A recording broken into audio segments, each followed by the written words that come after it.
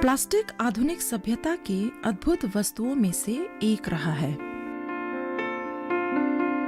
आज उसके प्रयोग ने उसे हमारे जीवन में सर्वत्र विद्यमान बना दिया है।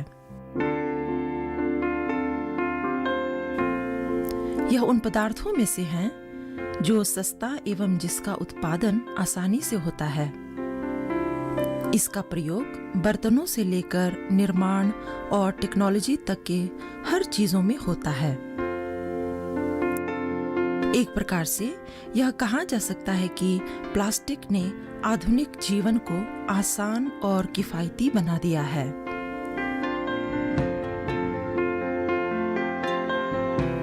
किंतु इसका हमें दाम चुकाना पड़ रहा है। प्लास्टिक गैर जैव निम्नी अर्थात नॉन बायोडिग्रेडेबल है और इसे पिघलने के लिए करोड़ों वर्ष लग सकते हैं।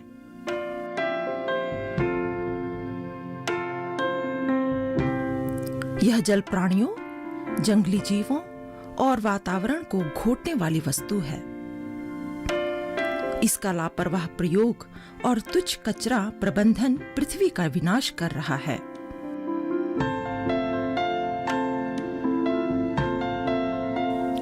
पृथ्वी के स्वास्थ्य का सबसे बड़े खतरों में से सुलभ या डिस्पोजेबल प्लास्टिक का एकल प्रयोग है। हम उसके आदी बन गए हैं। संयुक्त राष्ट्र ने यह आकलन किया कि आधे में से जो प्लास्टिक का उत्पादन होता है वो केवल एक ही बार के प्रयोग के लिए बनाए जाते हैं, जिसे फेंक देना चाहिए। सभी उत्पादित प्लास्टिक अपशिष्ट में से केवल 9% ही पुनरावृत्ति या रिसाइकल की जाती है।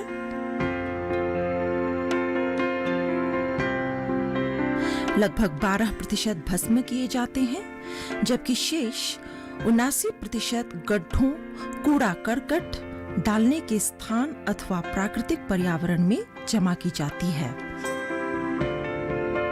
इन एकल प्रयोग किए गए प्लास्टिक पदार्थों से प्लास्टिक प्रदूषण आज पृथ्वी द्वारा सामना किए जाने के बहुत ही बड़ी चुनौतियों में से एक है।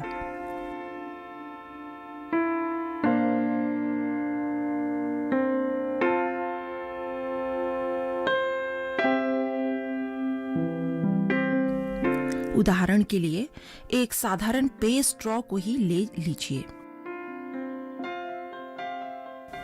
यह एक ही बार प्रयुक्त होकर फेंक दिया जाता है।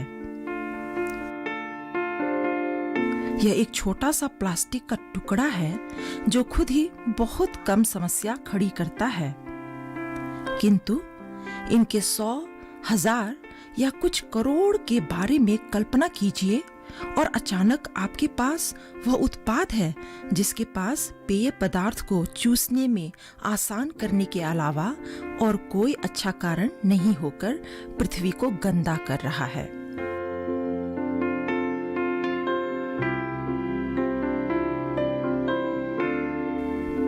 लेकिन अभी एकल उपयोग प्लास्टिक के खिलाफ धारा मुड़ रहे हैं।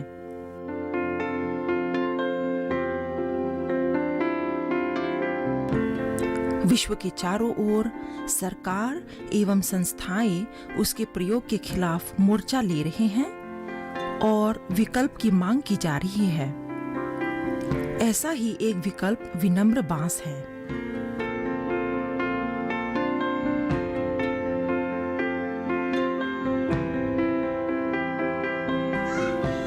शिलांग में एक आदमी जो इस वैश्विक प्रवृत्ति के अंश है, वो है बंडाब्यांग देवखात। वे एक बांस कलाकार अथवा शिल्पकार हैं जो बांस से विभिन्न प्रकार की बांस कलाकृति बनाते हैं, किंतु हाल के कुछ वर्षों में आज उद्यमिता में विस्तृत किया। वे बांस के स्ट्रॉ का उत्पादन करते हैं जिनको वे पूरे देश में बेचते हैं।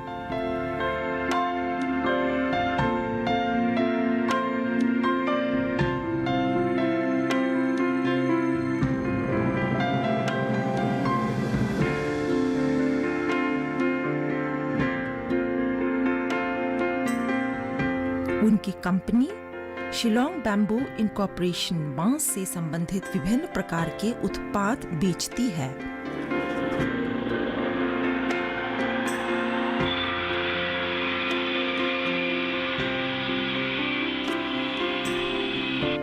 बंडबयांग के अपने स्ट्रॉ की सबसे बड़ी विक्रय बिंदु यह है कि ये प्लास्टिक से भिन्न जैव निम्न या बायोडिग्रेडेबल है।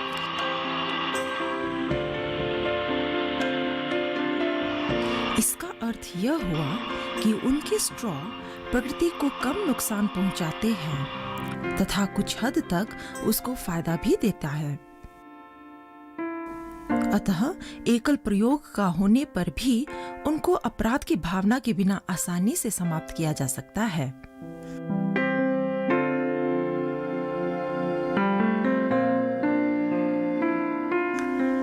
बंडबयांग ने अपने भाई तिन शानलांग देवखात के साथ मिलकर सन 2015 को अपनी कंपनी और उसमें छोटी संख्या में कर्मचारियों से प्रारंभ किया।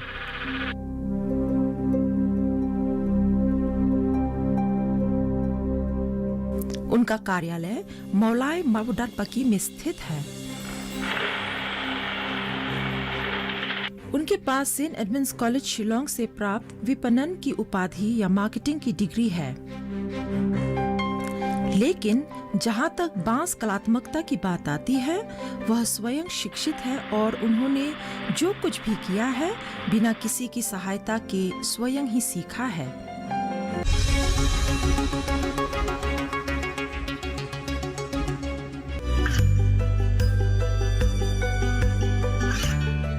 गांवों और पिछड़े क्षेत्रों में सरकारी योजनाओं की जानकारी पहुंचा। देश में कौशल और क्षमता विकास कर ग्रामीणों को सामाजिक बदलाव और विकास से जोड़ने की दूरदर्शन किसान की पहल चौपाल चर्चा देखें सोमवार से शुक्रवार सुबह 9 बजे।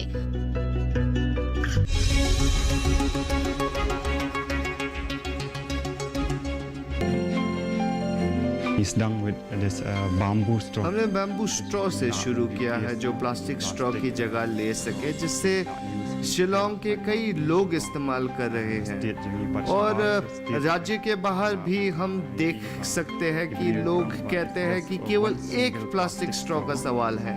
800 करोड़ लोग यही कहते हैं कि ये केवल एक ही प्लास्टिक स्ट्रॉ की बात है, लेकिन इससे हमारे पूरे पर्यावरण पर कितना असर पड़ रहा है। इसलिए हम सोचते हैं कि अगर प्लास्टिक स्ट्रॉ की जगह बांस के स्ट्रॉ को अपनाया जाए तो हम प्लास्टिक का प्रयोग कई हद तक घटा सकते हैं। हम सोचते हैं कि कैसे बांस द्वारा उत्पादित अभिनव वस्तुओं को बढ़ाए हमारे जीवन में, आर्किटेक्चर में वगैरह।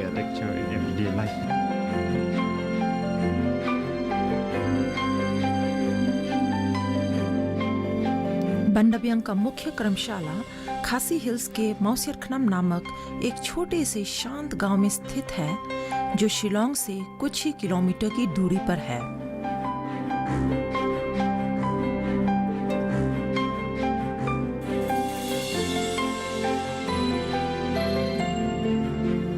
यहाँ के ग्राम निवासी परिश्रमी हैं और वे अदरक की खेती और मुर्गी पालन करते हैं। उनके पास बांस के विभिन्न प्रकार की जाति के बहुत सारे उपवन हैं।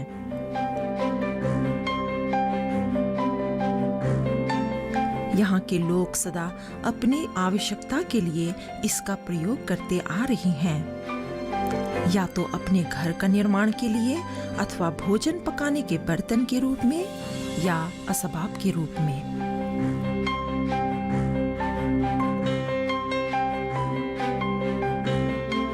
खासी हिल्स के पार इन बांस के उपवनों से बंडबयांग काटकर अपना आकार प्रदान करते हैं। हालांकि इन्होंने यह महसूस किया कि वे मौसियरखनम के ग्रामीणों के साथ कंपनी का बोझ एवं लाभ को बांटकर सामाजिक रूप से और अधिक जिम्मेदार और सफल हो सकते हैं।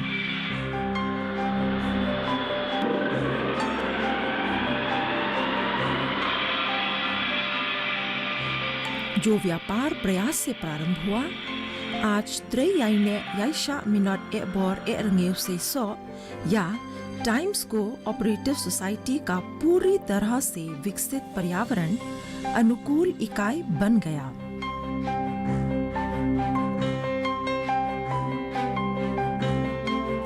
स्ट्रॉस के उत्पादन के साथ साथ शिलोंग बैम्बू इनकॉर्पोरेशन प्रचुर मात्रा में विभिन्न प्रकार के बांस के बर्तनों का उत्पादन भी करता है।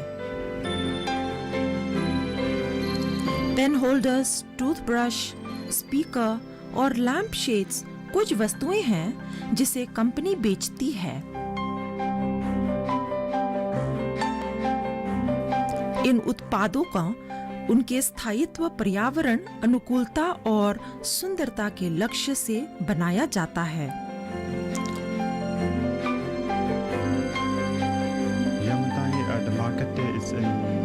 अभी तो बाजार में घरेलू चल रहा है राष्ट्रीय स्तर पर। हमारे भागीदार भी हैं जिनके साथ समझौता बनाया है महाराष्ट्र में। उनमें से एक कंपनी है बैम्बू इंडिया, जो कि प्रसिद्ध कंपनी है। वो लोग साल में 1 लाख बैम्बू के स्ट्रॉ लेते हैं। दिल्ली की कुछ कंपनियां, निजी कंपनियां जो इसमें शामिल होकर पूरी तरह से सहयोग देते हैं, ऐसे ही फर्मों या कंपनियों से हमारा संपर्क है।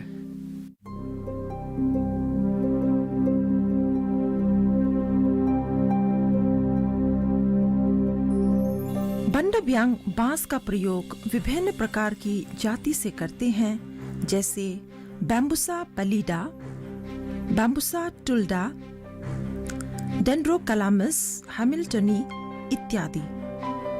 वे ज्यादातर 4 साल पुरानी बांस का प्रयोग करते हैं, क्योंकि इस वर्ष का बांस सबसे ज्यादा ठोस और टिकाऊ रहता है। कर्मशाला में 2 मशीनें हैं जिससे बांस को योग्य टुकड़ों में काटा जा सके।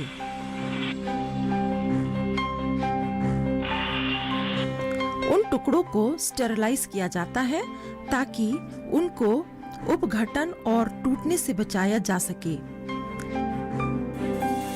यह प्रक्रिया अपेक्षाकृत सरल होती है और शुरू से लेकर अंत तक मात्र 1 दिन लगता है, किंतु कार्यभार के अनुसार समय लग सकता है।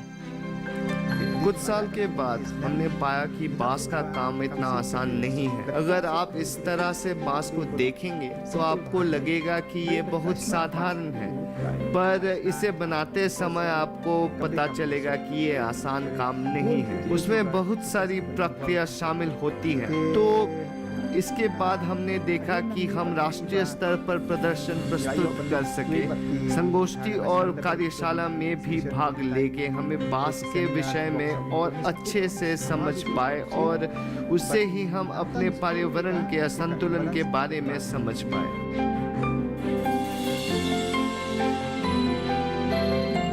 वर्तमान में कंपनी 2 शिल्पकारों को रोजगार दे रही है और विशेष व्यवस्था के लिए वह 10 सहायकों तक को रोजगार दे सकती है।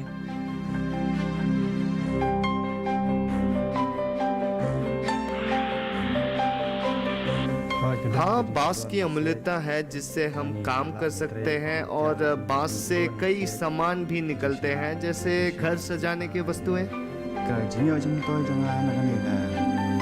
बांस के काम से मुझे बहुत लाभ हुआ है। ये काम जो है ऐसा नहीं है कि जो बस कभी कभी मिलता है, बल्कि मुझे रोज दिन रात काम करना पड़ता है। तो मुझे इससे काफी लाभ मिलता है। तो उन पैसों से मैं सब्जी के बीज, पालतू मुर्गियां भी खरीद लेता हूँ। इससे मैं अपने परिवार का पालन पोषण भी कर सकता हूँ।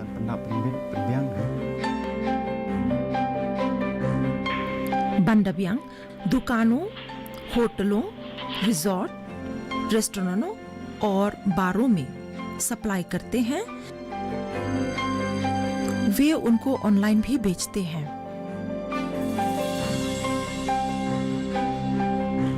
बंडब्यांग वो उद्यमकर्ता हैं जो मुनाफा से बढ़कर सोचते हैं। उनके उद्यम का सामाजिक महत्व भी है। ये पर्यावरण जिसमें हम अभी जी रहे हैं, इसमें अप्राकृतिक चीज ज्यादा है, जैसे प्लास्टिक। ये अभी इतना बढ़ रहा है कि ये हमें आराम देने की जगह हमारे लिए मुश्किलें पैदा कर रही है।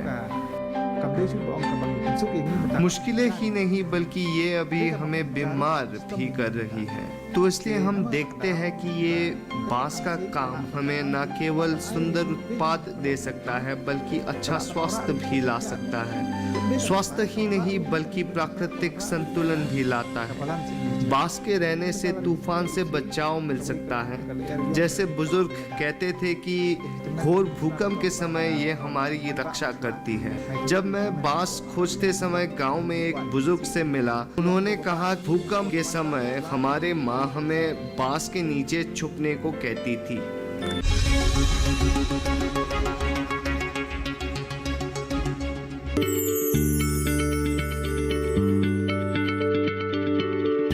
क्या आप किसी बीमारी से परेशान हैं?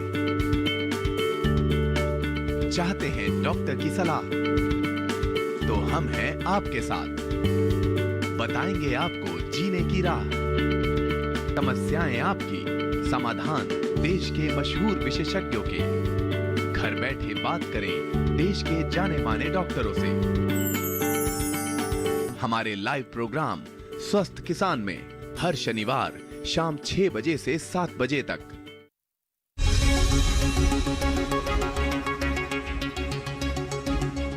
जब बांस की बात आती है तब राष्ट्रीय भारत सरकार ने बंडब्यांग के विश्वास को जताया। कृषि और किसान कल्याण मंत्रालय ने 2006 से 7 में कृषकों द्वारा बांस उगाने तथा उपभोक्ताओं द्वारा उसके उपयोग को बढ़ावा देने के लक्ष्य से राष्ट्रीय बांस मिशन को प्रक्षेपण किया। इस मिशन के अंतर्गत बांस के विकास के 4 प्रमुख स्तरों को संबोधित किया गया है। उसके प्रयोग हेतु शोध और विकास, बांस वृक्षारोपण का विकास, हस्तशिल्प निर्माण, किसानों एवं उत्पादकों को व्यापार में सहायता देना।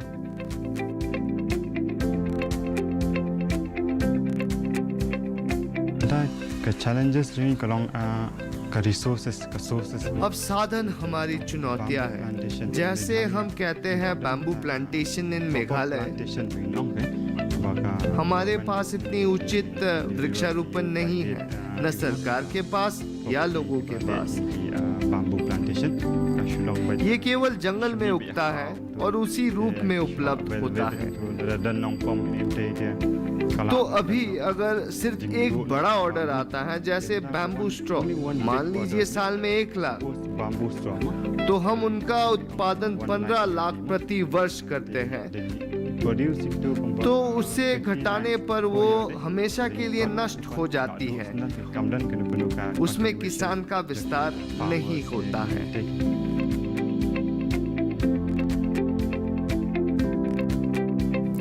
भारत में बांस हजारों वर्षों से प्राचीन परंपरा का अंश रहा है।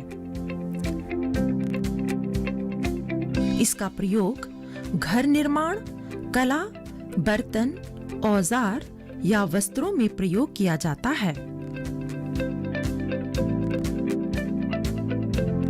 बंडब्यांग को पारंपरिक बांस कला एवं आर्किटेक्चर या वास्तुकला को पुनर्जीवित करने में विश्वास था, जिसे वे सोचते थे कि यह मेघालय के लोगों की चेतना से लुप्त हो रहा है।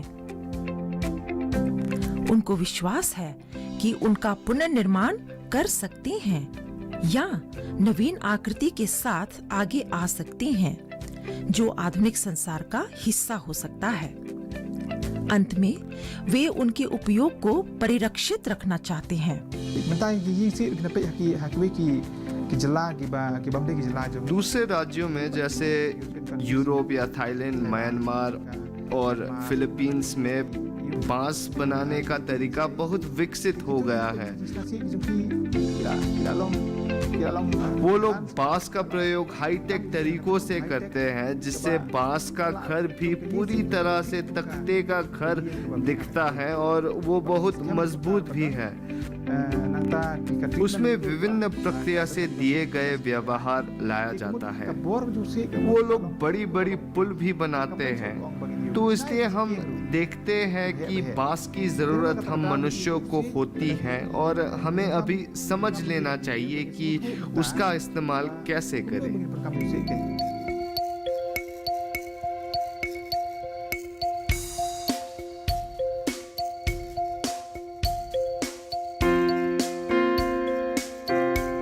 पहले तो हम बंदप जी के लिए काफ़ी आभारी है, उनके कार्य के लिए।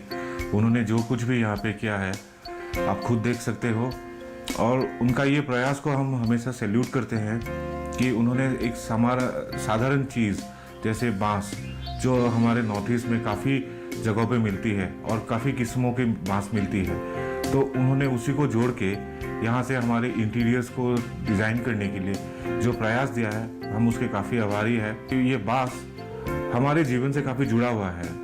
ये हम अभी से नहीं, हमारे पूर्वजों से, तो पहले से ये सब जो था, हमारे फोरफादर्स इन्हीं से हम घर बनाते थे, मकान बनाते थे, खाने के लिए यूज़ करते थे, अन्य सामग्री के लिए यूज़ करते थे। तो हमारे तरफ से यही है कि उनको हम शुभकामनाएं ज्ञापन करना चाहते हैं, और इसके साथ साथ इनके ये कार्य को अगर किसी और जगह पे वो प्रमोट करना चाहते हैं, हमारे तरफ से हम उसको काफ़ी आग्रह करते हैं कि वो आगे बढ़े।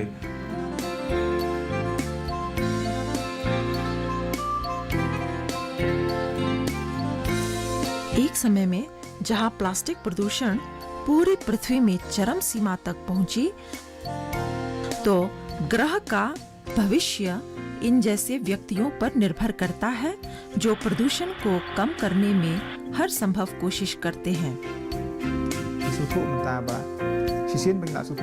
एक बार अगर हम समझ गए कि प्लास्टिक पर्यावरण को नुकसान पहुंचाती है, तो ठीक उसी तरह हमें ये भी सोचना चाहिए कि उन प्लास्टिक को कैसे बदल दें। जैसे ये बांस की स्ट्रॉ उन प्लास्टिक के स्ट्रॉ की जगह ले रहे हैं, सजाने की चीज़ों को भी आप बदल सकते हैं। प्लास्टिक की जगह आप बांस की सजाने की चीज़ों को खरीद सकते हैं जो प्रकृति को नुकसान नहीं पहुंचाती हैं।